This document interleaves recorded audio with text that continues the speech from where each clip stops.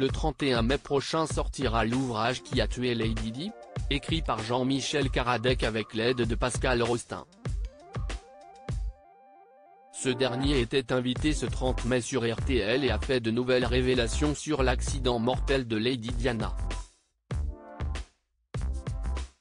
Lady Diana est décédée il y a près de 20 ans dans un grave accident de voiture à Paris. Le 31 mai prochain, sortira un livre qui a tué Lady Di, écrit par Jean-Michel Karadec avec l'aide du photographe Pascal Rostin. Selon le second, qui était invité sur RTL ce 30 mai, la voiture dans laquelle était la mère du prince William et du prince Harry, était en piteux état. Pascal Rostin, connu notamment pour ses collaborations avec Paris Match, explique: on apprend qu'en fait cette voiture est un véhicule gravement accidenté, et qu'elle a donc une première vie.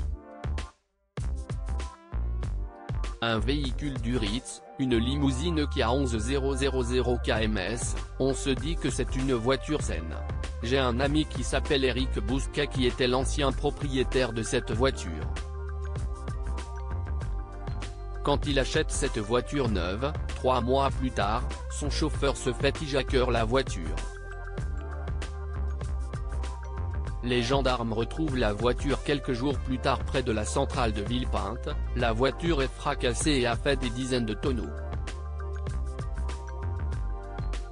Cette voiture est remboursée par les assurances comme épave.